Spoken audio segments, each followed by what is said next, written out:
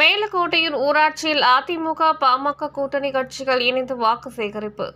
தமிழ்நாடு 2026 சட்டமன்ற தேர்தலுக்கான அதிமுக தலைமையில் பாஜக, பாமக மற்றும் பல கட்சிகள் இணைந்து தேசிய ஜனநாயக கூட்டணியில் தமிழ்நாடு முதலமைச்சர் வேட்பாளர் எடப்பாடி பழனிசாமி தேர்வு செய்யப்பட்டு தமிழகம் முழுவதும் கழக நிர்வாகிகள் தேர்தல் பணி செய்து வருகின்றனர்.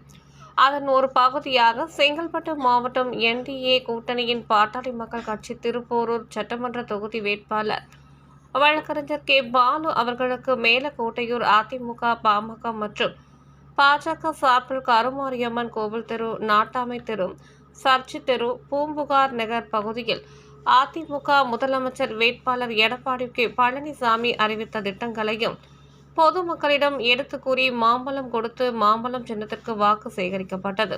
இந்த நிகழ்ச்சியில் அதிமுக, பாஜக, பாமக மற்றும் கூட்டணி கட்சி நிர்வாகிகள், மகளிர் அணி நிர்வாகிகள் என பலர் கலந்து கொண்டு வாக்கு சேகரித்தனர்.